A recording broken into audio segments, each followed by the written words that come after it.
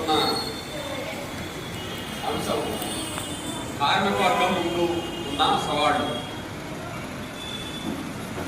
అంటే మేడే అన్నది మీరు బజార్లో పోతే గత ఎర్రచొక్కాలు కనపడతా ఉన్నాయి. ఈరోజు మామూలుగా రోజులు కనపడని ఎర్రచొక్కాలు ఈరోజు కనపడుతున్నాయి.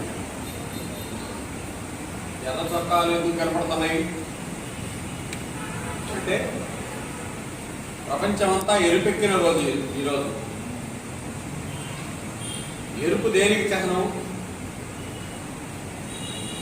అంటే ఎరుపు ఒక రకంగా ప్రమాదానికి చిహ్నం. రైలు ఆపాలంటే ఏం చేస్తారు? ఎర్రజెండాని చూపిస్తారు. నడవాలంటే పచ్చ జెండా చూపిస్తారు. ఆగాలంటే ఎర్రజెండా చూపిస్తారు. ఎరుపు ప్రమాదానికే కాకుండా ఇంకో దానికి కూడా చట్టం. దేనికి అంటే పోరాటానికి చట్టం. పోరాటం ఏమిటి? ఎందుకు పోరాడాలి? కవిత్వం రాశాడు ఆయన. ఎరుపంటే కొందరికి భయం భయం, వారికంటే పసిపిల్లలు నయం నయం. చాలా మందికి ఎర్రజెండా చూడటంతో ఇదేదో మాది కాదు, ఇది ఏదో పరాయిది అని భయపడే పరిస్థితి, పక్కకు పోయే పరిస్థితి కూడా ఉంది. వాళ్ళని ఉద్దేశించే ఆయన మాట రాశాడు. ఎరుపు ఎందుకు అంటే ఎరుపు పోరాడే తత్వానికి చెంది. అంటే పోరాటం అంటే ఏమిటి? ఇంకొక ఆయన రాశాడు, పాల కోసం పాప ఏడ్చి ఏడ్చి జరిపేది పోరాటం. చిన్నపిల్లలు చూడండి, ఏడుస్తారు పిల్లలు. ఎందుకు ఏడుస్తారు? మామూలుగా పిల్లలు ఏడవరు. దేనికి ఏడుస్తారు? దగ్గరగా గమనించండి. అంటే వాళ్ళకి ఏదైనా ఇబ్బంది అయినప్పుడు, వాళ్ళకి అవసరమైనప్పుడు ఏడుస్తారు. వాళ్ళు దాలకపోతే ఏడుస్తారు.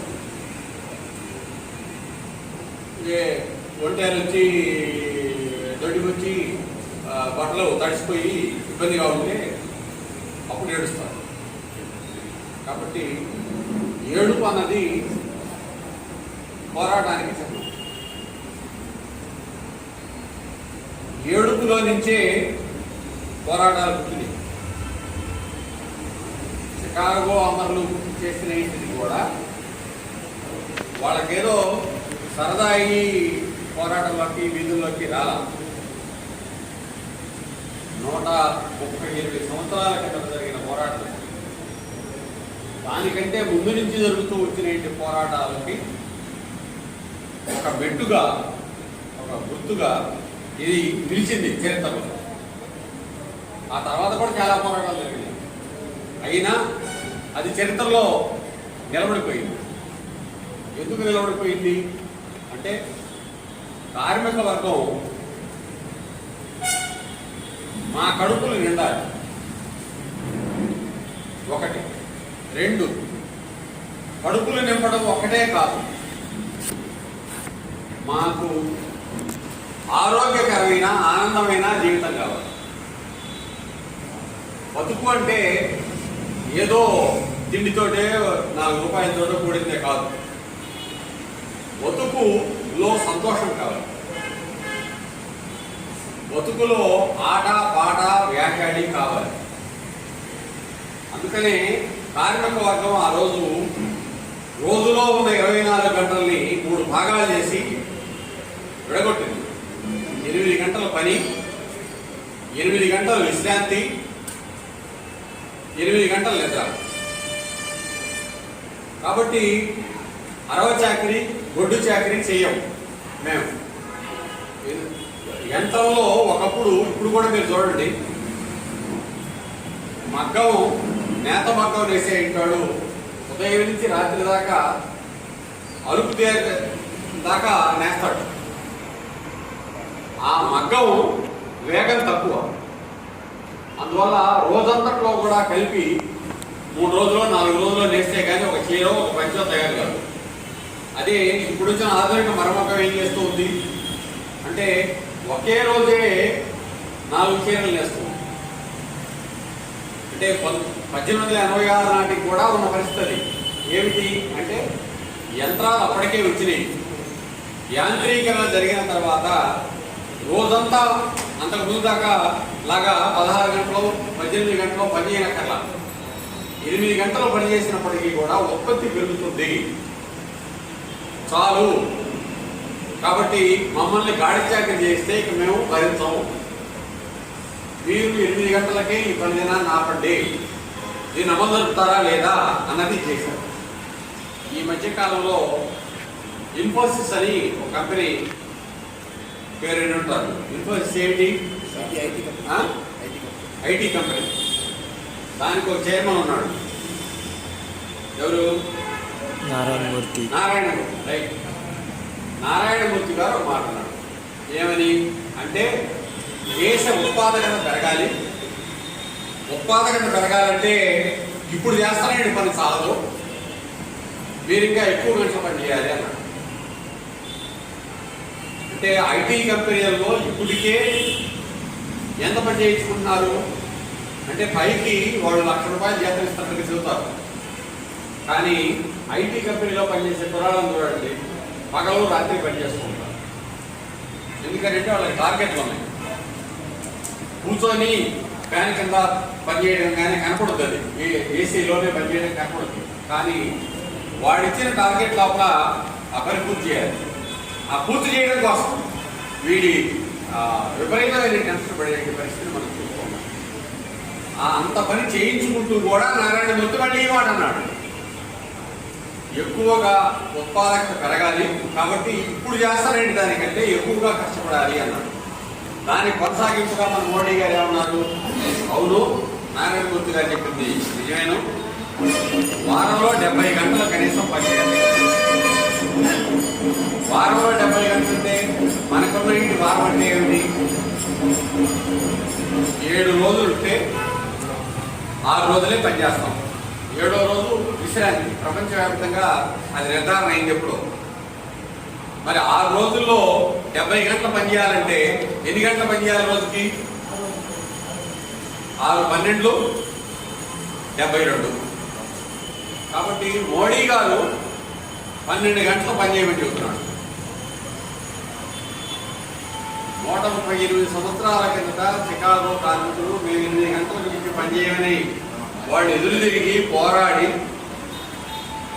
తుపాకీ గుళ్ళకు బరైనా కానీ మేము ఉంటేను ఈ చట్టం అమలు జరుపుతారా లేదా అని చెప్పి ఆ చట్టం అమల్లోకి తేగలిగిన చట్టాన్ని మళ్ళీ మార్చి రోజు 12 గంటలు పనిచేయాల్సింది దగ్గరికి చేస్తున్నారు. మరి మనం 2 విషయాలు పోల్చుకోవాలి. 1886లో పనిచేసే యంత్రాలు పోలిస్తే ఈ రోజు మన ముందున్న యంత్రాలు వేగం పెరిగిందా తగ్గిందా? ఆధునికమైన యంత్రాలు వచ్చినాయా పాత యంత్రాలు వచ్చినాయా? ఆ రోజుతో పోలిస్తే ఆ రోజు 10 గంటలు పనిచేస్తే వచ్చేయండి ఉత్పత్తి, ఈ రోజు ఉన్న యంత్రం 10 నిమిషాలు పనిచేస్తే వచ్చేస్తుంది. అంత స్పీడ్ యంత్రాలు ఈరోజు మనకి వచ్చేసింది. మరి ఇంత స్పీడుగా ఉన్న ఇంటి యంత్రాల మధ్య ఇన్ని గంటలు పనిచేయాల్సిన అవసరం ఉందా?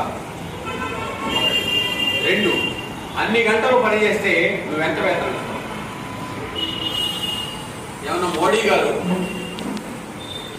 నీకు 8 గంటలు పనిదినం ఇస్తే అయ్యా 50,000 జీతం ఇచ్చేది కాస్త మేము 70 గంటలు వారానికి పనిదినం ఇస్తే మేము 75,000 చేస్తాం అని చెబుతున్నాడా? చెప్పడం. కార్మిక లెక్కలు తీస్తే ఈ రోజున కేంద్ర ప్రభుత్వం చేసిన చట్టం ఏమిటంటే కనీస వేతనం గతంలో ₹176 నిర్ణయించారు రోజుకి. ఇప్పుడు అది ₹2 పెంచి ₹178 చేశారు. ₹178తో ఏ కార్మికుడైనా బతకగలుగుతాడా?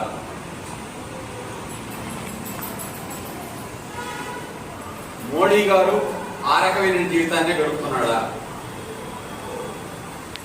ఆయన వేసే సూట్ ఎంత? మామూలుగా ఏం చెబుతారు? ఆయనకి బెళ్ళం లేదు, పిల్లం లేదు, ఆయన చాలా నిరాడపడు, ఆయనకేముందండి సంపాదించుకోవాల్సిన అవసరం అని చెబుతారు. మిగిలిన విషయాలు ఏవో తీసేయండి. మనకు రోజు కళ్ళెదురుగా కనపడుతున్నది ఏమిటి? ఆయన రోజుకు ఒక సూట్ వేస్తాడు, వేసిన గుంట మళ్ళీ వేయడు. ఏ రాష్ట్రం పోతే ఆ రాష్ట్రానికి తగినట్టుగా వేషం మారుస్తాడు. ఆ సూటే లక్షల రూపాయలు ఉంటుందని చెప్పి పత్రికలు రాస్తాం. జగన్ గురించి రాశారు ఈ మధ్య. ఆడు వాడే మంచినీళ్ళ బాటిలే 700-800 అవుతుందట. మరి వాళ్ళు అంత డబ్బుని ఖర్చు పెట్టగలుగుతున్నారు, ప్రజల డబ్బులు. మరి కార్మికుల విషయానికి వస్తే, సగటు ప్రజల విషయానికి వస్తే ఎంత ఖర్చు పెడుతున్నారు? నిన్న ఆయన నాతో మాట్లాడాడు. ఎక్కడ దొరుకుతున్నారండి కూలోళ్ళు? ఎక్కడ దొరుకుతున్నారు? పల్లెల్లో పని చేయడానికి కూడా కూలోళ్ళు లేరు కదండి. నేను అడిగాను, అవునయ్యా నిజమే లేదు. ఈ ప్రశ్నలో కూడా వెళ్ళి చెప్పాలి కదా మీరు. మోడీ జవాబు చెప్పాలి, చంద్రబాబు నాయుడు జవాబు చెప్పాలి, జగన్ జవాబు చెప్పాలి. ఎందుకు లేరు? పల్లెల్లో పొలం పని చేయడానికి మనుషులు ఎందుకు లేరు చెప్పండి. మీరందరూ పల్లెల నుంచి వచ్చిన వాళ్ళే కదా.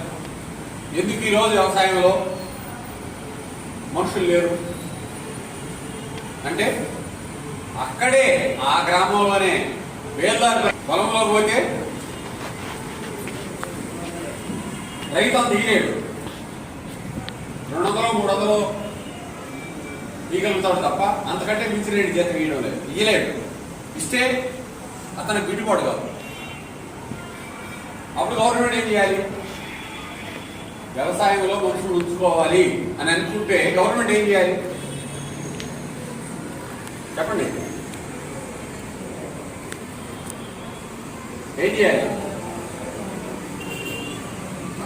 గవర్నమెంట్కి ఏం బాధ్యత లేదా? ఇక్కడ పొలం పని చేసే రైతేనా, ఆ కూలి పని చేసే వాళ్ళదేనా బాధ్యత? ప్రభుత్వం ఏం చేయొచ్చు? రైతు నువ్వు 1000 రూపాయలు కూలిస్తే, లేదు 800 కూలిస్తే, ఎంత వాడు బండి గోధుమలకు రేడి, వాడు పండించిన మినపప్పు రేడి పెంచు. ఏమి నగరాల్లో చేసేటి డబ్బులు ఉన్న ఇంటి వాళ్ళకి వాళ్ళకేమో నువ్వు ఇష్టం వచ్చినంత రేట్లు ఇస్తావా?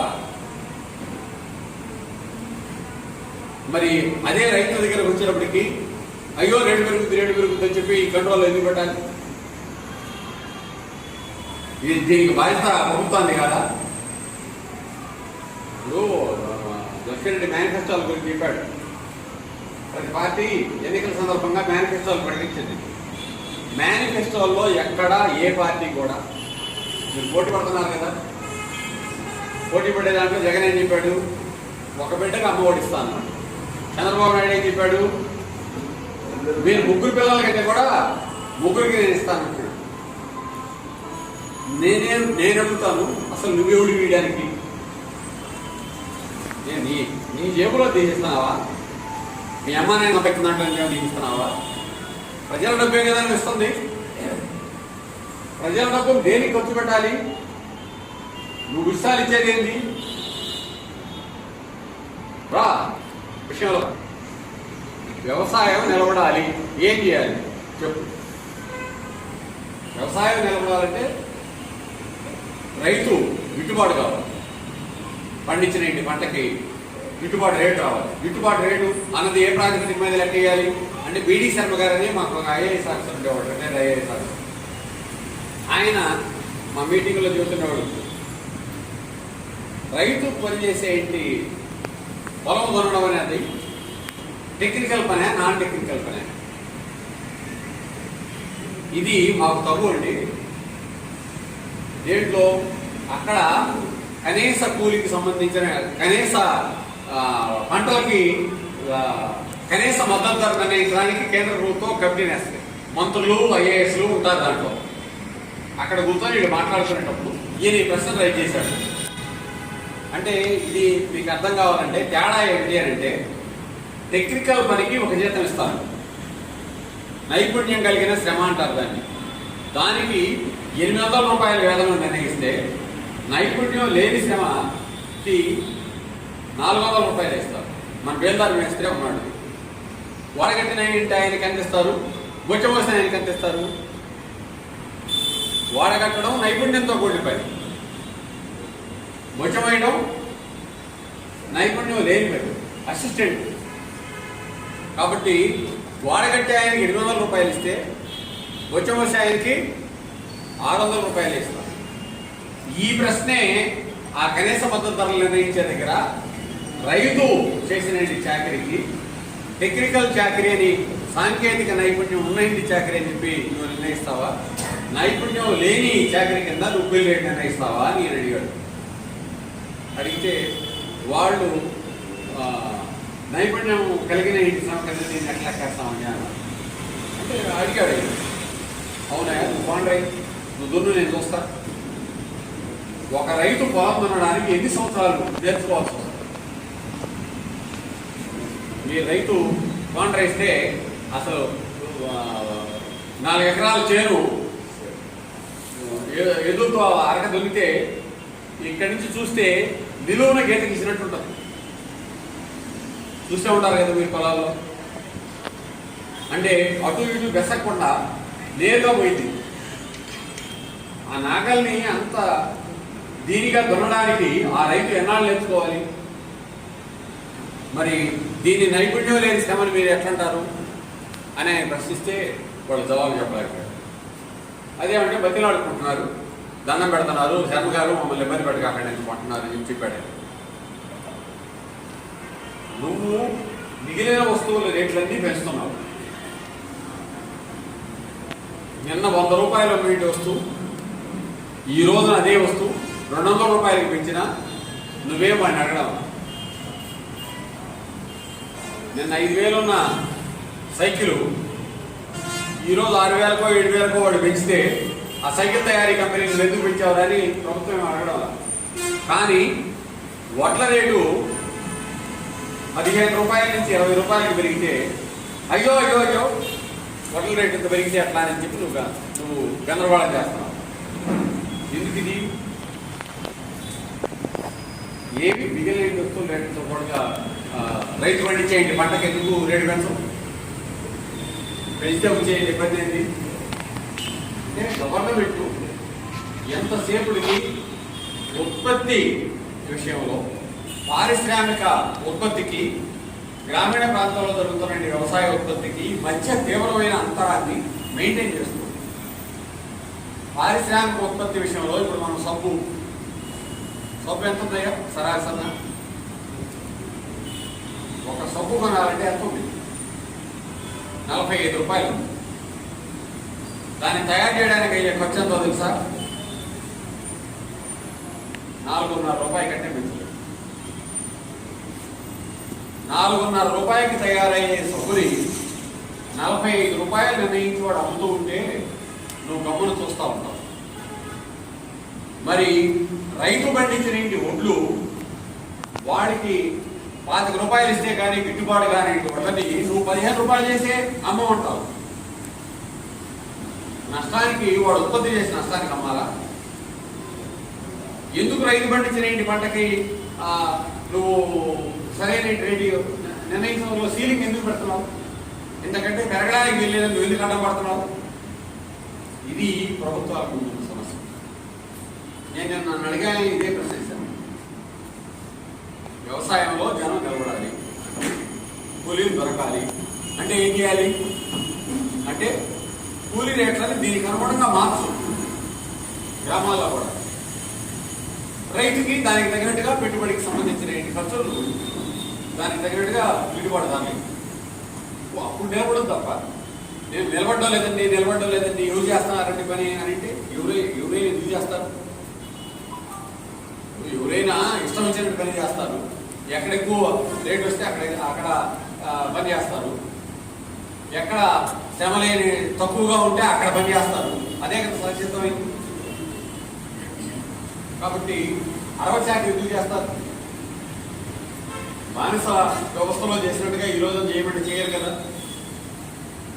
చేసిన దానికి ప్రేరణ ఇవ్వాలి.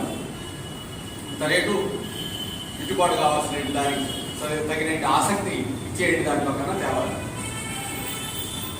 అందుకని ఇన్ఫోసిస్ నారాయణమూర్తి ప్రతిపాదించి మోడీ గారు వెంటనే దాన్ని స్వీకరించి అవును 70 గంటలు పనిచేయాల్సిందేనని అంటే దేశంలో ఉన్న కార్మిక వర్గం ఏం చేయదు. ఎవరి ఆస్తిని వీళ్ళు వేస్తున్నారు. మొన్ననే ఒక రిపోర్ట్ వచ్చింది.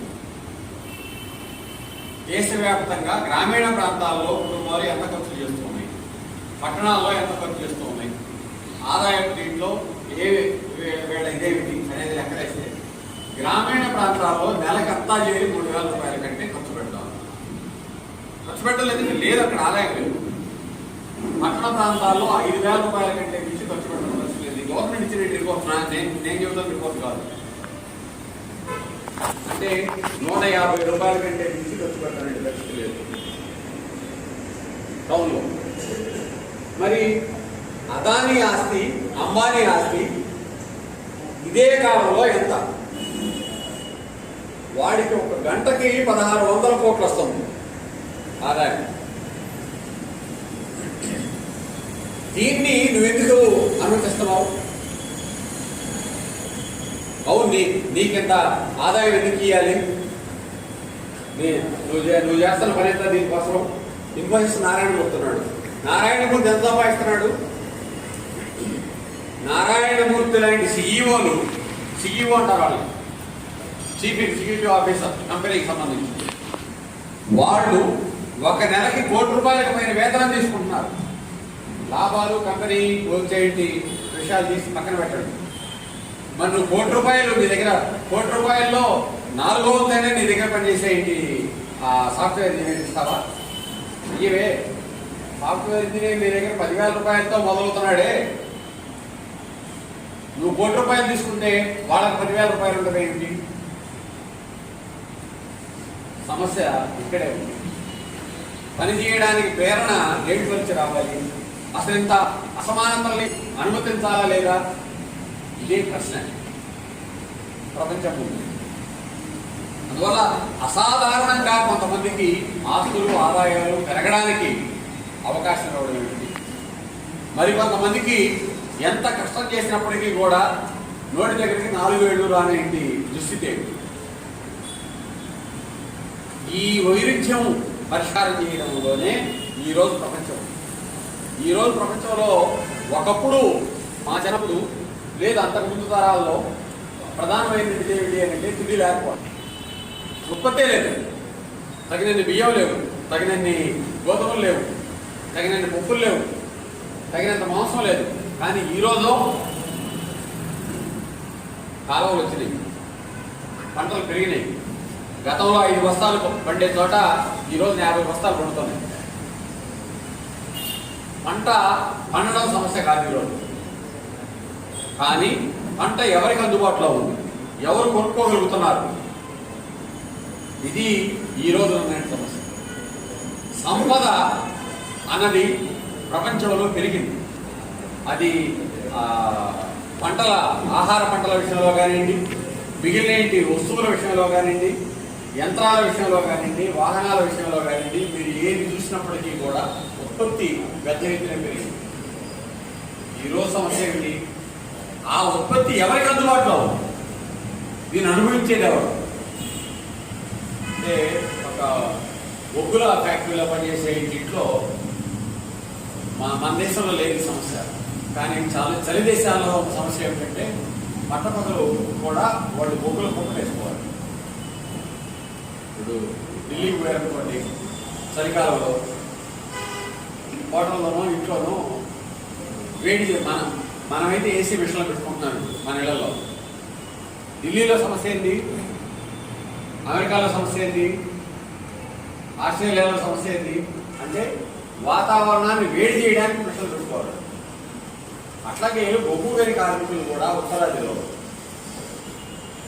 ఇంట్లో నెగడేసుకోవాలి. వాడు పిల్లవాడు అడుగుతాడు, అమ్మా ఏంటి బొగ్గులు మన ఇంట్లో నేను రోజు వేసేదాన్ని కదా మంట ఇవాళ ఏందని అడుగుతారు. అడిగితే ఒరే బాబు బొగ్గులు ఎక్కువ అయ్యి మీ నాన్న ఉద్యోగం పోయిందిరా, అందుకని బొగ్గులు కొనుక్కునే పరిస్థితి మనకి లేదా. వాడికి ఆశ్చర్యం వేస్తుంది. బొగ్గులు ఎక్కువ కావడం ఏంది, ఇంట్లో బొగ్గులు లేకపోవడం ఏంది? ఇది వేయించు. బయట బొగ్గులు పెరిగినాయి, ఉత్పత్తి పెరిగితే ఉద్యోగాలు పని పెరగాలి. కానీ ఇక్కడ జరిగింది ఏమిటి? బొగ్గు ఉత్పత్తి పెరిగింది, పడిపోయింది ఏమిటి అంటే బొగ్గు అమ్మకాలు పడిపోయింది. నువ్వు చేయొచ్చు ఉత్పత్తి, మీరు గుడ్డలు అమ్ముతున్నారు, గుడ్డలు తయారు చేసేయండి. ఆయన మీ ద్వారా ఆ గుడ్డలు అమ్మితే దానికి లాభం వస్తే ఆయన ఉత్పత్తిని పెంచుతాడు. ఆయన 1,00,000 సెట్లు తయారు చేస్తే 50,000 అమ్ముడుపోయింది. ఏమైందప్పుడు? ఉత్పత్తి 50,000 మిగిలిపోతుంది. ఇప్పుడు రంగంలో నడుస్తున్నది ఇది. ఉత్పత్తి పెరుగుతుంది, పెరిగిన ఉత్పత్తి అప్పుడు పోవట్లేదు. వెంకటగిరి దాకా చీరలు ఉన్నాయి. గతంలో నేత కార్మికుడు వేస్తే మాస్టర్ ఎవరు కొనేసేసి మార్కెట్లో పెట్టేసేవాడు. ఆ రోజే కూలి ఇచ్చేటాడు. ఈ రోజు ఎక్కడికి వచ్చింది అది? నువ్వు మాస్టర్ ఎవరి దగ్గర పెట్టేసుకుపోతే అయ్యా నేను అమ్మిన తర్వాత 4 రోజులు గడువుతో నీకు డబ్బులు ఇస్తానంటున్నాడు. ఈ 4 రోజులు అడ్వాన్స్ నిలబడగలుగుతాడు ఆ కార్మికుడు. అందువల్ల ప్రపంచంలో ఉత్పత్తి పెరగడమే కాదు, ఉత్పత్తి చలామణిలో కూడా పోవాలి, అమ్ముడు పోవాలి. ఇక్కడ మన ఉదాహరణలో మనం చెప్పుకునే బొగ్గుని కార్మికుడికి ఆ సమస్య వచ్చింది. బొగ్గు ఉత్పత్తి పెంచాలి. బొగ్గు ఉత్పత్తి పెంచాలంటే ఏం జరగాలి? బొగ్గు అమ్ముడు పోవాలి. కొనుక్కునే వాళ్ళ ఆదాయాలు పెరగాలి.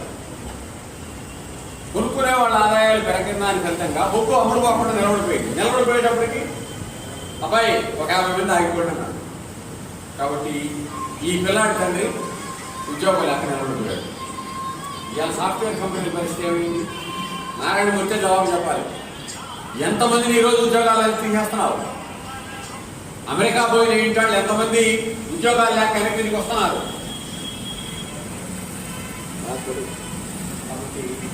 సమస్య ఉత్పత్తితోటి, ఉత్పత్తి అమ్మకంతో ముడిపడి ఉన్నాయి మన ముందు.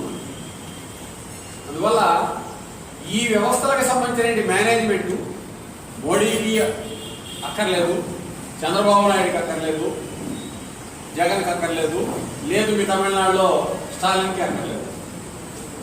ఎంతసేపు ఎన్నికలు వస్తే ఏం చెప్తారు? మీకు టీవీ ఇస్తాం, మీకు మిక్సీ ఇస్తాం, గతంలో బర్రెల్లో ఇస్తామని చెప్పేది కాదు. ఇప్పుడు పెన్షన్ 3,000 ఇస్తామని ఒక ఆయన అంటే కాదు, మీ ఇంటికే తెచ్చి 4,000 ఇస్తామని ఒక ఆయన చెప్తున్నాడు. నీ పెన్షన్ మీద ఆధారపడాల్సిన పని ఏంటి? నువ్వు ఇచ్చే దయాదాక్షిణ్యం మీద మేము ఆధారపడాల్సిన పరిస్థితి ఏమిటని ప్రజలు ప్రశ్నించాలి. ఎందుకనంటే నేను చేసిన చాకరీకి నాకు గిట్టుబాటు కూలి, నేను ఉత్పత్తి చేస్తున్నా, నేను పంట పండిస్తున్నా, నేను బొమ్మలు తయారు చేస్తున్నా, నేను కొండ తయారు చేస్తున్నా, నేను రకరకాల వస్తువులు తయారు చేస్తూ ఉన్నా. నేను తయారు చేసిన వస్తువుకి నువ్వు న్యాయమైనటువంటి రేటు ఇస్తే నీ దగ్గర నేను అనుకోవాల్సిన పరిస్థితి ఏమిటి? 75 ఏళ్ళు స్వతంత్రం అంటే బ్రిటిష్ వాడు పోతే మన దేశంలో సమస్యలన్నీ పరిష్కారం అవుతాయని భావించారు. అల్లూరి సీతారామరాజు లాంటి వాడు, వీరపాండ్య కట్టబొమ్మ లాంటి వాడు గురి వేస్తే కూడా భరించి మా ప్రాణాలు తీసుకోండి కానీ మీ రాజ్యం మాత్రం ఇక్కడ సాగనేమని చెప్పి ఆ రోజు నినాదం చేసి చచ్చిపోయారు. వాళ్ళు పోయిన తర్వాత 75 ఏళ్ళుగా వీడు చేస్తూ ఉన్నది ఏమిటి? మన పాలన. ఈరోజు దేశం ఎక్కడికి చేరింది? ప్రజలందరికీ కడుపు నిండా తిండి, ఆత్మహత్యలు ఎందుకు చేసుకుంటున్నారు? ఉద్యోగాలు లేకుండా బజార్లో పడి అవుతున్నారు. ఎందుకు పిచ్చోళ్ళు అవుతున్నారు? ఎందుకు అనారోగ్యాలతో చస్తున్నారు? ఈరోజు ఆసుపత్రుల దగ్గరికి పోయి చూడండి, ఎన్ని వేల మంది అడబడి ఆసుపత్రుల్లో పడి నానా అవస్థలు పడుతున్నారు. ఇంతగా జబ్బులు పెరగడానికి కారణం ఏంటి? అంటే ఈ బోడీ పరిష్కారం చేస్తాడు అని మీరు ఎవరైనా అడగవచ్చు. అవును, పరిష్కారం చేయాల్సి అంటారు. దేశ పరిపాలకుడిదే ఆ బాధ్యత కూడా. నీకు నాకు జబ్బు చేయకుండా ఉండాల్సిన ఇంటి వాతావరణాన్ని కల్పించడం ప్రభుత్వం బాధ్యత. ఎందుకని జబ్బులు ఎందుకు వస్తున్నాయి? జబ్బులు రావడానికి ప్రధానమైన కారణం ఏమిటి? డాక్టర్ గారు నా చంద్రన్న గారు ఇక్కడ మన మధ్యలో సరైన తిండి లేకపోవడం, తిండి ఉంటే కూడా మంచి తిండి లేకపోవడం, పీల్చే గాలి మంచి గాలి కాకపోవడం, తాగే నీళ్లు మంచి ఇది లేకపోవడం. ఎందుకంటే దోమలు ఈ ఊళ్ళో దోమల బెడదకి మీ ఇంట్లో ఆల్అవుట్ పెట్టుకొని ఇంటి ఇల్లేమన్నా ఉందా? ఎందుకు దోమలు ఏమన్నా కావు? దోమలు ఎక్కడి నుంచి వస్తున్నాయి? ఎక్కడి నుంచి వస్తున్నాయి దోమలు? మురుక్కాలలో నుంచి వస్తున్నాయి. మురుక్కాలకి ముందేసి అండర్ గ్రౌండ్ డ్రైనేజీ పెట్టి దోమ కావాల్సిన అవసరం లేదు. బ్రిటిష్ వాళ్ళు ఈ దేశంలో ఉండగా దోమ కుడితే వచ్చే మలేరియా ఎంత స్థాయిలో ఉందో 75 ఏళ్ల తర్వాత ఈ రోజు కూడా మలేరియా అంతే స్థాయిలో ఉంది. ఏమిటి దుస్థితి? చాలా దేశాల్లో దోమలు లేకుండా నివారించగలిగారు. నువ్వు రైల్వే స్టేషన్లో బస్ స్టాండ్లో కాసేపు కూర్చొని చూస్తా నేను, దోమలు ముసుకొని దీన్ని అలాడేస్తాయి. నేను ఒక రిపోర్ట్ చదివాను ఆ మధ్య. ఏమిటయ్యా అంటే అమెరికా వాళ్ళు భయపడుతున్నారు ఇండియా రావడానికి. ఎందుకని అంటే ఇండియాలో మల్టీ డ్రగ్ రెసిస్టెంట్ టీబీ అనేటిది వ్యాప్తిలో. అంటే టీబీకి ఒక లక్షణం ఉంది. టీబీ ఎందుకు వస్తుంది అంటే గతంలో ఏమనుకున్నారంటే మంచి ఆహారం లాగా వస్తుంది అనుకున్నారు. కానీ టీబీ కూడా ఒక రకమైన సూక్ష్మక్రిమి వస్తుందని తర్వాత తేలిన తర్వాత టీబీకి ట్రీట్మెంట్ సులువైపోయింది. కానీ మన దేశంలో జరుగుతున్నది ఏమిటి అంటే 6 నెలల పాటు మందు వేయాల్సింది వీడు 3 నెలలు మింగి ఆకేస్తాడు. నాకు టీబీ పోయింది కదా. ఏం జరుగుతుంది? మళ్ళీ సంవత్సరం ఆగిన తర్వాత మళ్ళీ టీబీ వస్తుంది. దీన్ని ఏమని వైద్య పరిభాషలు అంటారంటే మల్టీ డ్రగ్ రెసిస్టెంట్ టీబీ. అంటే అంతకుముందు నువ్వు ఎంత మందు అయితే వాడావో ఆ మందు కంటే మించిన మోతాదు వాడితేనే మళ్ళీ నీకు అది పనిచేస్తుంది. పాత మందు వాడితే పనిచేయదు. ఎందుకంటే నీ శరీరంలో ఉండే సూక్ష్మజీవి ఆ మందును తినడానికి అలవాటు పడింది. పురుగు మందులు చూస్తారు పంటల మీద. పాత రోజుల్లో చిన్న తక్కువ స్థాయి 100 రూపాయల మందు కొట్టే పురుగు పోయేది. ఇప్పుడు 1000 రూపాయల మందు కొడితే తప్ప పురుగు బాగు. ఎందుకని అంటే ఆ పురుగులు కూడా నువ్వు వేసే పురుగు మందు తినడానికి అలవాటు పడింది. అట్లాగే మన శరీరంలో కూడా టీబీ నేను పూర్తిగా నయం చేయని కారణంగా ఆ శరీరంలో ఉన్న సూక్ష్మజీవులు నువ్వు వేసే మందుని కూడా తినగలుగుతాయి. అమెరికా వాడి భయం ఏమిటి అని అంటే వాళ్ళ దేశస్తులు ఇండియాలోకి వస్తే గాలిలోనే ఉంటాయి. అవి ఎక్కడికో బాగు. టీబీని కలగజేసే సూక్ష్మక్రిములు గాలిలోనే ఉంటాయి. వాళ్ళ దేశం నుంచి వచ్చిన ఇంటి వాళ్ళకు కూడా ఆ సూక్ష్మక్రిములు సోకి వాడు అమెరికాకి తీసుకుపోతే అమెరికాలో అది పెరుగుతుంది మళ్ళీ. అందుకని వాడు ఏం చేశాడు అంటే ఇండియాలో ఈ మల్టీ డ్రగ్ రెసిస్టెంట్ టీబీ రాకుండా ఉండడం కోసం మనం ఏం చేయాలి అని ఆలోచన చేసి వాడికి ప్రమాదం రాకుండా ఉండడం కోసం మన దేశానికి మందులు పంపించారు. ఇప్పుడు టీబీ పేషెంట్లు మీకు తెలిస్తే చూడండి. ఇప్పుడు ఏ పత్తంలో ఉంది? ఏ పత్తంలో ఉంది? డిఓటి అంటారు, డైరెక్ట్ అబ్జర్వేషన్. అంటే నువ్వు టీబీ మందులు వేసుకుంటున్నావా లేదా అన్నది ఆరోగ్య కార్యకర్త మీ ఇంటికి వచ్చి చూస్తున్నాడు. మందు ఇచ్చి వదిలిపెట్టాలా, నువ్వు మందు వేసుకుంటున్నావా లేదో చూస్తున్నాడు వాడు. ఎందుకని అంటే నీకు ఆ టీబీ వస్తే వాడి దేశంలోకి టీబీ వస్తుంది, ఇక్కడ పూర్తిగా నివారించకపోతే వాడికి సమస్య వస్తుందని చెప్పి వాడు ఆలోచన చేస్తాడు. అందువల్ల జబ్బులు రావడానికి కూడా రాకుండా చేయడం అన్నది కూడా ప్రభుత్వాలకు సంబంధించిన బాధ్యత. చదువు ఎవరిది బాధ్యత?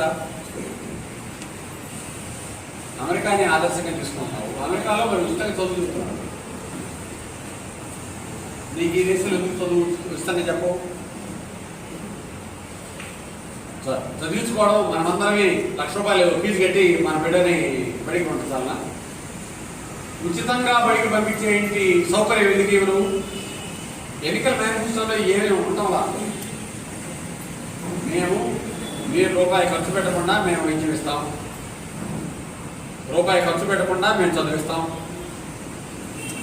మీకందరికీ ఇళ్ళు మేమే ఇస్తాం. ఈ కనీసం ఇల్లు వస్తారు చెయ్యి. నువ్వు 4,000 పెన్షన్ ఇవ్వనక్కర్లేదు, అమ్మఒడి ఇవ్వనక్కర్లేదు, ఫీజు రియంబర్స్మెంట్ ఇవ్వనక్కర్లేదు, ఇంకోటేదో స్కీముల్లో ఏదో ఇవ్వనక్కర్లా. మనిషికి కావాల్సిన ఈ కనీస వస్తువుల్ని ప్రభుత్వమే బాధ్యత వహించి కనుక ఇవ్వగలిగితే ఎవరికి అడుగు తినాల్సిన అవసరం ఉండదు. ప్రభుత్వం కలిగి ఇలా వస్తుందండి, రేపొద్దున మీ ఇళ్ళ దగ్గరికి రాబోతున్నారు. దీనికి అయ్యా మేము ₹2,000 ఇస్తాం మా ఓటు వేయండి. ₹2,000 తీసుకొని ఓటు వేయడం ఏమిట్రా అని మనం అనలేకపోతున్నాం. ఓటు అమ్ముకోవడం ఏంటి? చాలా మంది చెబుతున్నారండి అది వ్యభిచారంతో సమానమైంది. వ్యభిచారాన్ని మనం హీనంగా చూస్తామా? ఓట్లు అమ్ముకోవడం ఏంటి? వ్యభిచారం లాంటిదేనే చెప్పి చాలా మంది ప్రచారం చేస్తున్నారు. నిజమే. మరి జనం ఎందుకు అనుకోలేకపోతున్నారు నా ప్రశ్న. ఆ వచ్చే ₹4,000 కుటుంబానికి ఈ సందర్భంగా ఇది కూడా అవసరం తిరుగుతుంది కదా, అందుకే దగ్గరికి ఎందుకు వచ్చాం మనం? మన భవిష్యత్తుని రేపొద్దున ఎవడైతే మంచిగా పరిపాలన చేస్తాడని అనుకుంటామో వాడికి ఆలోచన చేసి ఓటు వేయడం కాకుండా డబ్బులు తీసుకొని ఓటు వేసే దగ్గరికి మనం ఎందుకు దిగజారుతున్నాం? మనం వేసుకోవాల్సిన ప్రశ్న. ఈ దేశంలో 70 ఏళ్ళు గడిచిన తర్వాత జనం డబ్బులు తీసుకొని ఓటు వేసే దగ్గర ఎందుకున్నారు? ఇది ఎవరు వైకల్యం అంటే నేనంటాను పరిపాలన చేసేవాడి వైకల్యం. వాడు మనల్ని ఎప్పుడూ బిచ్చగాడిగానే ఉంచాలని అనుకుంటున్నాడు. నిజాయితీతో తలెత్తుకొని ఒక తప్పు చేస్తే పాల్గొని నువ్వు ఈ తప్పు ఎందుకు చేసావు అని నిగ్గదీసే స్థితిలో మనం ఉండకూడదని కూడా అనుకుంటున్నాడు. రేపొద్దున ఆదాల ప్రభాకర్ రెడ్డి అంటాడు, వాడు ఇంటికి పోయినాడు, మా ఇంటికి పోయిన వాళ్ళతో మాట్లాడతారని చెప్పుకుంటారు. ఏమని? ఏదన్నా అయ్యా ఆ సమస్య ఈ సమస్య చేసి పెట్టండి అని అంటే అడుగుతాడంట, నువ్వు ఊరికే ఓటేసావున్నాయా? నాకు నేను 2,000 ఇస్తే కదా ఓటేసావు. నువ్వు వచ్చి ఆ సమస్య ఈ సమస్య పరిష్కారం చేయమని అడిగేది అప్పుడు ఇంకెక్కడ ఉంది అని అంటాడు అని నేను విన్నాను. నేనే నాకేం ఎప్పుడు ఇది చేసిన పరిస్థితి లేదు, కానీ వాళ్ళ ఇంటికి పోయినాడు చెప్పుకుంటుంటే విన్నాను. మరి పరిపాలన చేసేయండి, ప్రజలు మాకు ఇది కావాలని ప్రశ్నించేయండి క్వశ్చన్లో మన ఓట్లు వేసేయండి వాతావరణం ఉండాలా? లేకపోతే నువ్వు అమ్ముడు పోయావు కదా, ఓటేసావు కదా, మళ్ళీ నీకేంది నేను జవాబు చెప్పాల్సింది అనే క్వశ్చన్లో ఆ ఎన్నికైన ఏంటో ఉండాలా? వాడికి ధీమా పెరుగుతుంది. నేను ఒక 50 కోట్లు ఖర్చు పెట్టి ఎన్నికల్లో గెలిచాను, 50 కోట్ల బదులు నేను 500 కోట్లు సంపాదిస్తాను. నేను ఎన్నికల జోదంలాగా తయారైంది, ఏమి తప్పేముంది అని వాడు కూడా అనుకుంటున్నాడు. ఎవరిని జడగొట్టినట్టు? ఓటరు పోటీ చేసేవాడు జడగొట్టినట్ట? పోటీ చేసేవాడు ఓటర్ని జడగొట్టినట్ట? మాతో చాలా మంది దారిస్తారు. అవునండి, జనానికి బుద్ధి లేదండి, జనానికి బుద్ధి లేదు. ఆ బుద్ధి పోగొట్టినట్టు నా ప్రశ్న. నువ్వు ఒక పల్లెటూరులో పోయి ఒక కొండలో అడవిలో ఉండే మనిషి దగ్గరికి పోయి ₹10 ఇచ్చి చూడు నేను చూస్తాను, వాడు ఏమంటాడు అంటే ఎందుకు ఇస్తున్నావు నాకు ఇదివరకు అంటాడు. సహజ సిద్ధమైన వాతావరణంలో ఉన్న ఏ మనిషి అయినా నాకు నువ్వు ఊరకే ఎందుకు ఇస్తున్నావు అన్న ప్రశ్న వేస్తాడు. వెయ్యకుండా ఎందుకు తీసుకుంటున్నావు అంటే చెడగొట్టింది ఎవరు అంటే ఎన్నికల్లో నిలబడేటి వాడే క్రమంగా నీకు చెడగొడుతూ వచ్చాడు. నీ ఓటు ఏం కదయ్యా నాకెనిపిస్తావు, నువ్వు పెట్టుకోలే, ఆలోచన చేసుకోలే అని వెయ్యనన్నాడు కూడా ఇచ్చేయండి వాతావరణాన్ని తెచ్చిపెట్టారు. 2 పార్టీలు ఇస్తారు ప్రజెంట్కి.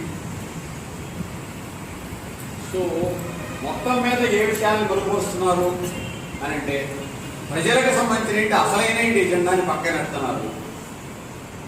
ఎవడు ఎక్కువ స్కీములు ఇస్తాడు, ఎవడు ఉచితాలు ఎక్కువ ఇస్తాడు, ఎవడు బియ్యం ఇస్తాడు, ఎవడు మిక్సీ ఇస్తాడు, ఎవడు టీవీ ఇస్తాడు అనే దగ్గరికి విషయాన్ని తీసుకెళ్తున్నారు. అసలు ఈ వనరుల మీద, ఈ భూమి మీద, ఈ గనుల మీద, ఈ నదుల మీద, ఈ రోడ్లు, ఈ రైల్వేలు, ఈ విమానాశ్రయాలు, ఈ నౌకాశ్రయాలు, ఇవన్నీ ఈ దేశ ప్రజలవి కావా? ఏదో కొద్ది మంది ఈ సంపదలన్నీ వాళ్ళ చేతుల్లో కైంకర్యం చేసుకోవడం. ఒరే డజన్ పోర్టులు ఒక్కడి చేతిలో అయినా, డజన్ విమానాశ్రయాలు అదాని చేతిలో అయినా ఎట్లా సాధ్యపడుతుంది? ఎందుకు గొప్ప కొత్తగా వాళ్ళకే ఇస్తున్నారు? ఇదంతా అభివృద్ధి కాదా? ఎందరికో అందాల్సిన ఇంకటి ఏ కొందరికో అందించడం అనేది అన్యాయం కాదా? ఈ ప్రశ్నల్లోకి సగటు మనుషుల్ని పానేయడం లేదు. మన ఏనే ఇంటి వాళ్ళని వాళ్ళు దోచుకుంటున్నారు. ఈ స్పృహని చైతన్యాన్ని మన నుంచి దూరం చేస్తున్నారు. అవన్నీ మనయే. వాళ్ళు సంపన్నులైన వాడు అనుభవిస్తూ ఉన్న ప్రతిదీ దేశంలో ప్రపంచంలో ఉన్న శ్రమజీవులు సృష్టించినయే. శ్రమజీవుల సృష్టి లేకుండా, శ్రమ అనేది లేకుండా ప్రపంచంలో సంపదే లేదు. కాబట్టి మనం వేసుకోవాల్సిన ప్రశ్న ఏమిటి అంటే, సంపదల్ని సృష్టిస్తానంటే మాకు ఆ సంపదల్లో వాటా ఏమిటి? ఈ ప్రశ్న దగ్గరికి మనం పోగలిగితే మనం మన జీవితాల్లో కోల్పోయిన దాన్ని సాధించుకోగలుగుతాం. ఏదో బతకడం కావచ్చు, ఆనందంగా బతకడం. ఇంకో నా ఎదురుగా ఉన్న ఇద్దరు నిద్రపోతున్నారు, రమేష్ బాబు, చంద్రులు. ఎందుకు నిద్రపోతున్నారు? ఉత్సాహంగా ఉండాల్సిన టైంలో ఎందుకు నిద్రపోతున్నారు అంటే రాత్రి నిద్రపోతున్నారు. రాత్రి తగినంత నిద్ర ఉంటే పగలు నిద్రపోతారా? రాత్రి ఎందుకు నిద్రపట్టలేదు? ఈ దేశంలో సగం మందికి ఉన్న సమస్య ఎందుకు అంటే, ఆయన ఇద్దరునో ముగ్గురునో పిల్లల్ని ఇంజనీరింగ్ చేయాలి. ఆ ఇంజనీరింగ్ చేయడం కోసం లక్షల ఫీజులు కట్టాలి. ఆ ఫీజులు ఎంత సంపాదించాలనే ఒత్తిడికి ఆయన చూస్తున్నాడు. ఈ నిద్రకి ఇంకా కారణం ఉంది. 7 చేపలు కదా మీరందరూ ఎదుగుతారు కదా, ఏం చెబుతారు? 7 చేపలు తెచ్చారు, రాజు 7 కొడుకులు, ఏడా అదేంటి 7 చేపలు తెచ్చారు. ఆ చేపల్లో ఒక చేప అనలేదట. ఆ చేపను పరిచేస్తే చివరికి ఏం తేలింది? చీమ కుట్టింది. ఆయన దగ్గరికి తేలింది. చీమ ఎందుకు కుట్టామంటే చీమ ఏమన్నది? నా బంగారు పుట్టలో వెళ్ళిపెడితే పుట్టనాను. మీరు ఎదుర్కొనే ఉద్యోగులకన్నీ ఆరోగ్యంగా ఆహ్లాదంగా ఉండాల్సిన మనుషులని పని చేయాల్సిన వయసులో పని చేయకుండా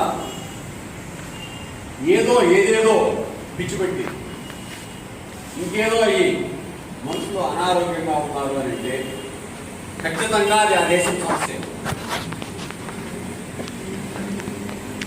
ఈ దేశంలో ప్రతి నలుగురిలో ఒకరికి షుగర్ ఉంది, ప్రతి 10 మందిలో ఒకరికి థైరాయిడ్ ఉంది, ప్రతి 5గురిలోనో 6గురిలోనో ఒకరికి ఊబకాయం ఉంది. ఎందుకంతగా అనారోగ్యం పెరిగింది?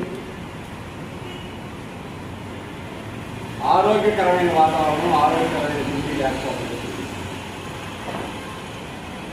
అన్నిటికీ చెబుతున్నారు ఒత్తిడండి, టెన్షను.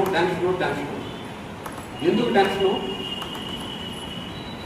అంటే, ఎదురుగా ఉన్న అవసరాలకి సంపాదనకి పసుపడం, సంపాదన సరిపోవడం. ఈ దేశంలో సగటు సమస్య. నీకు బిడ్డను చదివించుకోవడం సమస్య కావచ్చు, ఒక పల్లెటూరులో ఉండే రైతుకి వ్యవసాయం చేయడం సమస్య కావచ్చు, ఇంకా అదే పల్లెటూరులో ఉన్న దళితులకి కడుపు నిండడం సమస్య కావచ్చు, కట్టుకోవడానికి గుడ్డ సంపాదించుకోవడం సమస్య కావచ్చు. అది రకరకాల ఆర్థిక స్థాయిల్లో, రకరకాల సాంఘిక స్థాయిల్లో ఉన్న వాళ్ళ అవసరాలు వేరువేరుగా ఉండవు.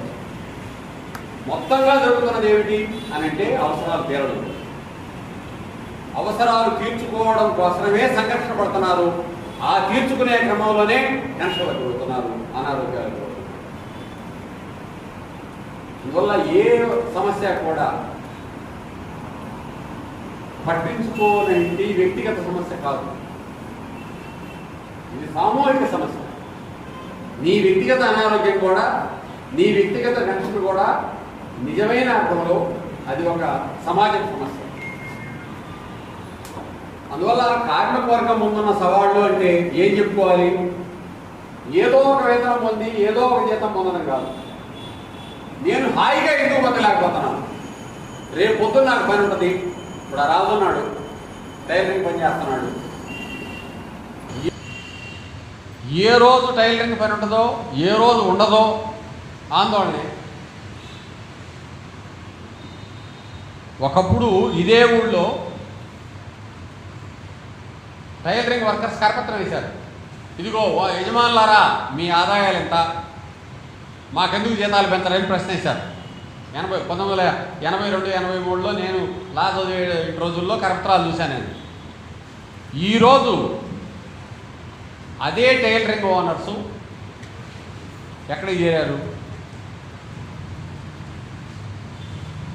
ఎక్కడికి చేరారు రాజు? పని ఉంటుందా ఉండదా అనే దగ్గరికి చేరారు. ఎందుకు? ఏం పోటీ వచ్చింది అంటే రెడీమేడ్ వచ్చేసింది. నువ్వు మామూలుగా ఈరోజు ఒక జత కుట్టించుకోవాలంటే 500 రూపాయలు అవుతుంది కుట్టుకూలి. కానీ 300 రూపాయలకి రెడీమేడ్ డ్రెస్ దొరుకుతుంది. వాడు 50 రూపాయలకు జత కుట్టిస్తున్నాడు వర్కర్ చేత, భారీ స్థాయిలో. ఈ ఊళ్ళో ఒకప్పుడు 10,000 మంది బంగారం పని మీద ఆధారపడి బతికే ఉంటాడు. ఈరోజు లలితా జ్యువెలరీలు, పెద్ద పెద్ద షోరూమ్లు వచ్చినాయి కదా.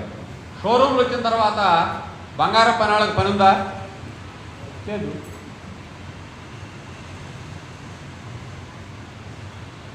వస్తామన్నాయండి మార్పులు పరిష్కారం చేయడానికి ప్రభుత్వాలు కోరుకోవాలి. దేన్ని అనుమతించాలి, దేన్ని అనుమతించకూడదు, పాలసీ. అరే పిల్లోడు చదువుకోవాలంటే కాలేజీలో పోయి ఫీజు కడితే 18% GST దాని మీద, పిల్లాడి చదువు మీద కూడా. నువ్వు హోటల్కి పోయి తింటే పెరుగు ప్యాకెట్ మీద కూడా GSTయా? ఏమి పన్నుల వ్యవస్థ ఈ దేశంలో నడుస్తూ ఉంది. ఒకప్పుడు జుట్టు మీద పన్నేసేవాళ్ళని ముస్లిం రాజుల గురించి పెద్ద వర్ణించి రాశారు. ఇవాళ నువ్వు దేని మీద పన్ను వసూలు చేస్తున్నావు? జగన్ బాబు చెత్త మీద పన్ను వసూలు చేస్తున్నాడు. ఇంట్లో నుంచి చెత్తను తీసుకుపోవడానికి కూడా ప్రతి ఇంటికి మీరు నెలకి 200 రూపాయలు 300 రూపాయలు కట్టమని కూర్చుంటున్నారు. కడతన్న మున్సిపల్ పన్ను అంతా ఎడిపోతుంది. ఎన్ని పన్నులు వసూలు చేసినా పాలకులకు చాలడం లేదు, వాళ్ళు తినడానికే చాలడం లేదు, ప్రజలకేమి ఇస్తారు. అందువల్ల కార్మిక వర్గం ముందున్న సవాళ్ళు ఏమిటి అంటే, కార్మిక వర్గం మేమెందుకు హాయిగా బతకలేకపోతున్నాం, రేపటి గురించి దిలాసాగా, రేపటి గురించి భరోసాగా, రేపటి గురించి నమ్మకంతో ఎందుకు బతకలేకపోతున్నాం? డబ్బులున్న ఇంటాడు బతకలుగుతాడు. ఈ ఊళ్ళో నారాయణకో, ఈ ఊళ్ళో ఆదాల ప్రభాకర్ రెడ్డికో, ఈ ఊళ్ళో వేమిరెడ్డి ప్రభాకర్ రెడ్డికో, విజయసాయి రెడ్డికో రేపేమిటి అని దిగులుందా? రేపేమిటి కాదు, వాళ్ళ తర్వాత 4 తరాల దాకా కూడా కావాల్సినంత వాళ్ళు సంపాదించి పెట్టుకున్నారు. వాళ్ళకి రేపటి గురించి బెంగలేదు, దిగులు లేదు. కానీ ఈ ఊళ్ళో ఉన్న సగటు మనిషికి ఏమిటి సమస్య అంటే, రేపేమిటి, నా బతుకేమిటి, నా పిల్లల బతుకేమిటి, వాళ్ళ భవిష్యత్తు ఏంటి, వాళ్ళు ఏం చేసుకొని ఏమి తిని బతకాలి, ఇది సగటు మనిషి సమస్య. ఇది అందుకనే ఏదో ఒక రకంగా బతకడం కాదు, ఆరోగ్యంగా బతకడం అనేది దానికోసం అని చెప్పి కార్మిక వర్గం పోరాడాల్సిన అవసరం ఉంది. హక్కులు సాధించుకోవాల్సిన అవసరం ఉంది. మొత్తంగా ఉత్పాదక వ్యవస్థ మీద హక్కు ప్రజలది అన్నటి దగ్గరికి మనం రాగలిగితేనే మనం ఈ దేశంలో ఆరోగ్యకరమైన వ్యవస్థని సాధించుకోగలుగుతాం. జగన్ పోయి చంద్రబాబు రావడం కాదు మనకు జరగాల్సింది, మోడీ పోయి రాహుల్ గాంధీ రావడం కాదు మనకు జరగాల్సింది. వాళ్ళందరికీ బదులుగా కార్మికులకి, రైతుల చేతుల్లోకి రాజ్యాధికారం రావాలి. రైతు వ్యవసాయాన్ని వదిలిపెట్టకుండా హాయిగా నా వృత్తిలో నేను బతకగలుగుతానని చెప్పి ధీమాగా బతకగలిగిన రోజు కావాలి. కార్మికుడికి తాను నడిపే యంత్రం మీద తనకే అధికారం కావాలి. ఈ పరిస్థితి నెలకొన్నప్పుడు ప్రపంచం బాగుపడుతుంది. చికాగోలో కార్మికులు చేసిన పోరాటం వెనకాల ఇంత దూరం ఉంది. ఈరోజు ప్రపంచంలో 2 యుద్ధాలు నడుస్తున్నాయి, మీకు అందరికీ తెలుసు, టీవీలో చూస్తున్నారు. ఒకటి ఉక్రెయిన్కి రష్యాకి మధ్య యుద్ధం, రెండోది ఎక్కడ ఇజ్రాయెల్కి పాలస్తీనాకి మధ్య జరుగుతున్నాయి. బాంబులు వేసి చంపుతున్నారు. ఆ టీవీల్లో ఆ దృశ్యాలు చూస్తూ ఉంటేనే ఒళ్ళు ఇదైపోతుంది. ఇంతగా చంపాలా మనుషుల్ని? గర్భంతో ఉన్న ఇంటి తల్లి, మొన్న ఒక వార్త చూశాను, తల్లి చచ్చిపోయిన తర్వాత పోయి పొట్టమై పెడితే లోపల బిడ్డ నాడి కొట్టకలాడుతుంది. డాక్టర్లు కోసి ఆ బిడ్డను బయటకు తీశారు. బయట తీసి బతికించడం కోసం ప్రయత్నం చేస్తే 4 రోజులు ఆగిన తర్వాత బిడ్డ కూడా చచ్చిపోయిందని రిపోర్ట్లు వచ్చినాయి. నిన్న పాలస్తీనాలో ప్రజల్ని అంత హింసించాలా? ఆసుపత్రులను ధ్వంసం చేయాలా? మంచినీళ్ళు లేకుండా, మందులు లేకుండా ఏటి చంపాలా? దేనికోసం? అంటే నీ ఆధిపత్యం కోసం, ఆ దేశంలో ఉన్న ఇంటి వనరులను నువ్వు స్వాధీనం చేసుకోవడం కోసం నువ్వు వాళ్ళ దేశంలో పోయి వాళ్ళని అంతగా చంపుతావా? ఉక్రెయిన్కి రష్యాకి మధ్య జరుగుతున్న యుద్ధం ఏమిటి? అమెరికా వాడు గెలవాలా, రష్యా వాడు గెలవాలా? ఉక్రెయిన్ మీద అమెరికా పెత్తనమా, రష్యా పెత్తనమా? వనరుల్ని ధ్వంసం చేస్తున్నారు, మనుషుల్ని చంపుతున్నారు. అందుకనే సామ్రాజ్యవాదం అని అంటేనే అది లాభాపేక్ష దాని వెనకాల ఉన్నది. అది మానవత్వం లేనిది, అది కర్కోటకమైంది, అది పాషాణమైనది, దానికి హృదయం లేదు. లాభం లాభం లాభం, స్వార్థం స్వార్థం తప్ప ఇంకొకటి దానికి లేదు. అందుకనే సామ్రాజ్యవాదం అన్నది మట్టి గరవనంత వరకు ప్రపంచ శ్రమజీవులకి నిద్ర లేదు, మనకి విముక్తి లేదు. మన దేశంలో ఇంతగా ఎందుకు ధరలు పెరుగుతున్నాయి? నేను ఇందాక చెప్పాను, 4.5 రూపాయలకి తయారవుతున్నాయండి సబ్బు, 45 రూపాయలకి మన మార్కెట్లో జలామణి అవుతుంది. ఎవరు ఆ సబ్బును అమ్ముతున్నారు? ఎవరు అమ్ముతున్నారు? నువ్వో నేనో, ఈ దేశంలో ఉండే పెట్టుబడిదారుడో కాదు. హిందుస్థాన్ ఎవరోడు అమ్ముతున్నాడు, యూనియన్ ఎవరోడు అమ్ముతున్నాడు.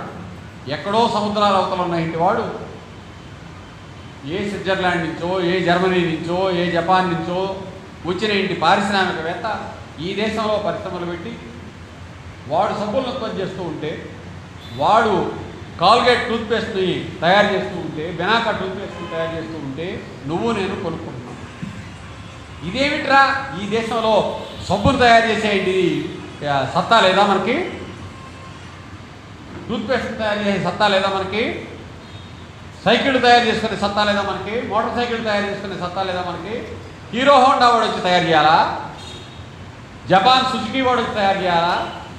లేలాండ్ వాడు వచ్చి తయారు చేయాలా? ఇది మనకి పట్టడం లేదు.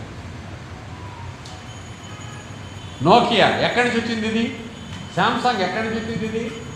ఫిలిప్స్ ఎక్కడి నుంచి వచ్చింది ఇది? మీరు ఏసీ మెషిన్లు పెట్టుకుంటున్నారు, అన్నిటికంటే ఖరీదైంది ఏంటి? General electric company. ఓ అని గుర్తుంటుంది కదా, ఓ జనరల్ అని పిలుస్తుంటారు. ఓ జనరల్ కాదు, జనరలే. జనరల్ ఎలక్ట్రిక్ కంపెనీ వాడు తయారు చేసిన ఏంటి ఏసీ మెషిన్లు ఈ దేశంలో మనం కొనుక్కోవాలా? ఈ దేశంలో ఉన్న పెట్టుబడిదారుడు ఎందుకు తయారీ లైసెన్స్ ఇయ్యవు? మోడీని ఇవ్వాల్సిన ప్రశ్న ఇది. నువ్వు స్వదేశీ దేశభక్తులని 56 ఇంచులని గుండెలు తెచ్చుకుంటావు. చెప్పు, నువ్వు ఈ దేశంలో ఏం ఉత్పత్తి చేస్తున్నావో చెప్పు, ఏం కొత్త పరిశ్రమలు పెట్టావో చెప్పు. పెట్టకపోగా ఉన్న ఇంటాటిని అమ్మడానికి కోరుకుంటున్నారు. విశాఖ స్టీల్ ప్లాంట్ పెట్టడానికి గవర్నమెంట్ 5,000 కోట్లు పెట్టింది. దాని మీద 1,00,000 కోట్లైనా దానికి పనులు వచ్చినాయి. ఇప్పుడు 5-6 లక్షల కోట్ల విలువ చేసేయంటే ఆస్తిని 20,000 కోట్లకి అప్పనంగా అదాని గారికి అప్పచెప్పడానికి కోరుకుంటున్నారు. ఏమి ప్రజలకు సంబంధించిన ఆస్తిని నువ్వు అప్పనంగా వాడికి ఎట్టిస్తావు? ఇది మనకు ప్రశ్న కావట్లా. ఈ విషయాల్లోకి మనల్ని తెచ్చుకోవడంలా మనకి సెల్ ఫోన్లు ఇచ్చి ఆ డ్యాన్స్ వస్తా, ఈ డ్యాన్స్ వస్తా, దీని చుట్టూతా మనల్ని తిప్పుతున్నారు. సెల్ ఫోన్ల ప్రపంచంలో మునుగుతున్నాం. లోకంలో ఏం జరుగుతుందో మనకి పట్టడంలా. వాళ్ళు కోరుకుంటుంది ఇదే. మనం సెల్ ఫోన్లో అన్న మునిగి తేరాలి, బ్రాందీ గుడ్లోనన్న మునిగి తేరాలి, శక్తి లేకపోతే నాటు సారా అన్న తాగాలి, గంజాయి అన్న కొట్టాలి. 10-15 ఏళ్ల పిల్లలకి ఈ దేశంలో గంజాయి అందుతుంది. ఎందుకు ఇస్తున్నారు? బుద్ధి జ్ఞానం ఉన్న ఏ ప్రభుత్వం అయినా దీన్ని అనుమతిస్తా? చెర్రమని మండాలి. 15 ఏళ్ల పిల్లడు ఏందిరా ఈ రకంగా గంజాయి తాగడం? ఎందుకు అంటే రేపు పొద్దున వాడు పెళ్ళాం పిల్లలు కనాల్సిన వాడు. ఈ దేశంలో మరల్ని, ఈ దేశంలో భూముల్ని, ఈ దేశంలో సాగు చేయాల్సిన వాడు. 15 ఏళ్లకే వాడు చెడిపోతే, అక్కడే బయలుదేరితే రేపు పొద్దున శ్రమశక్తి ఏంది? ప్రపంచంలో గొప్పలు చెబుతున్నారు. ఏమని? యువత ఎక్కువ ఉన్న దేశం మందేనంట. మిగిలిన దేశాలన్నింటిలో వృద్ధుల సంఖ్య పెరిగింది, భారతదేశంలో యువకుల సంఖ్య శ్రమ ఉంది. రైట్. ఏం చేస్తున్నావు నువ్వు? ఈ యువకులను ఆరోగ్యంగా పెరగనిస్తే, వాళ్ళ ఆలోచనలను ఆరోగ్యంగా పెరగనిస్తే రేపు పొద్దున దేశానికి వాళ్ళు సంపద అవుతారు. గంజాయి దాపి వాళ్ళ ఆరోగ్యాన్ని చెడగొడితే, వాళ్ళు మొత్తం మందికి బానిసలైతే నీ దేశం ఎడిపోయింది. రేపు పొద్దున ఏం సాధిస్తావు నువ్వు? అందువల్ల పాలకుల దారి వేరు. పాలకులు ప్రజల్ని మత్తులో ముంచి, ప్రజల్ని పక్కదారి పట్టించి, ప్రజలకు అవసరం లేని విషయాలు కన్నుగప్పి ఇచ్చేసి, వాళ్ళు కొద్దిమంది చేతుల్లో ఈ దేశంలో ఉన్న సంపదని పెట్టదలుచుకున్నారు. దీన్ని అనుమతిద్దామా లేదా అన్నదే ఈ దేశంలో కార్మికవర్గం ముందున్న సమస్య. ప్రపంచంలో సామ్రాజ్యవాదం ఈరోజు సాగిస్తూ ఉన్న దురాగతాల్ని ఇట్లాగే సహిస్తూ భరిస్తూ మనం నడుద్దామా అన్నదే కార్మికవర్గం ముందున్న సమస్య, సగటు మనిషి ముందున్న సమస్య. దీన్ని గురించి మనం ఆలోచన చేయనంత కాలం మనం డబ్బులు తీసుకొని ఓటేద్దాంలే, ఏదో రేపటి గురించి ఇవాళ జేబులో మన జేబులో 10 రూపాయలు పెడితే చాలులే అని మనం తృప్తిపడ్డంత కాలం మన బతుకులకి ముక్తి లేదు, మన బతుకుల్లో ఆనందం లేదు, మన బతుకుల్లో జీవకళ లేదు. అందుకని మిత్రులారా, నేను కోరేది ఏమిటంటే, ఇప్పుడు మీరు కింది స్థాయి వాళ్ళతో పోలిస్తే మధ్యతరగతిలో ఒక మెరుగైన కొంత సాపేక్షంగా మెరుగైన జీవితమే మీకు అనిపించదు. కానీ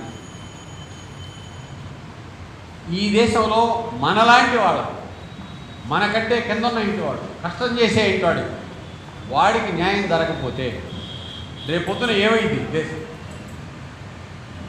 ఖచ్చితంగా మన బిడ్డల ఆరోగ్యకరమైన వాతావరణం నువ్వు సంపాదించుకున్నా సరే రేపొద్దున మీ బిడ్డల ఆరోగ్యకరమైన వాతావరణంలో బతికేంటి అవకాశం ఉండదు. సమాజం చెడిపోయిన తర్వాత, చుట్టూతా ఉన్న వాతావరణం కలుషితమైన తర్వాత మనం ఆరోగ్యకరమైన పరిస్థితుల్లో మన పిల్లల్ని ఊహించుకోలేము. అందుకని ఆరోగ్యకరమైన సమాజం కావాలి అంటే ఖచ్చితంగా సమాజంలో మన చుట్టూతా అటు ఇటు జరుగుతున్నది ఏమిటో పరికించి చూడాల్సిన అవసరం ఉంది. అన్యాయాన్ని మీద నెగదీయాల్సిన అవసరం ఉంది, ప్రశ్నించాల్సిన అవసరం ఉంది. దోపిడీకి వ్యతిరేకంగా, దౌర్జన్యాలకు వ్యతిరేకంగా నిలబడాల్సిన అవసరం ఉంది. బజార్లో కొంచెం జెండాలు గుర్తుకోవాల్సిన అవసరం ఉంది. ఇది ఏమిటి? దీన్ని ఇట్లా మేము సాగనీయం. మాకున్న ఇంటి హక్కులు మీరు ఎవడో లాగేస్తే ఏమిటి అన్న ఇంటి దగ్గరికి మనం వెళ్ళాల్సిన అవసరం ఉంది. అందుకని మీరందరూ కూడా మిమ్మల్ని గురించి మీరు ఆలోచన చేసుకోవడమే కాకుండా మీ చుట్టూతా ఈ రాష్ట్రంలో, ఈ దేశంలో, మన చుట్టూతా ఉన్న దేశాల్లో, ప్రపంచంలో ఏమి జరుగుతుందో గమనించుకుంటూ ఈ పరిణామాల్లో మానవతా కోణంలో, న్యాయం అన్యాయం అనే కోణంలో మనం ఆలోచన చేయాల్సిన అవసరం, అన్యాయాన్ని ఎదిరించాల్సిన అవసరం ఎంతైనా ఉంది. అందుకని ఈరోజు మేడే సందర్భంగా మీరందరూ కూడా మీ ఆలోచనల్ని అటువైపు ఎక్కువ పెట్టాలని, కాస్త దోపిడీకి వ్యతిరేకంగా, అన్యాయానికి వ్యతిరేకంగా పోరాడేటి దానికి కొంచెం మీరు మానసికమైన డ్రైవ్ ఒకటి తీసుకోవాలని చెప్పి కోరుతూ ఈ అవకాశం ఇచ్చినందుకు ధన్యవాదాలు.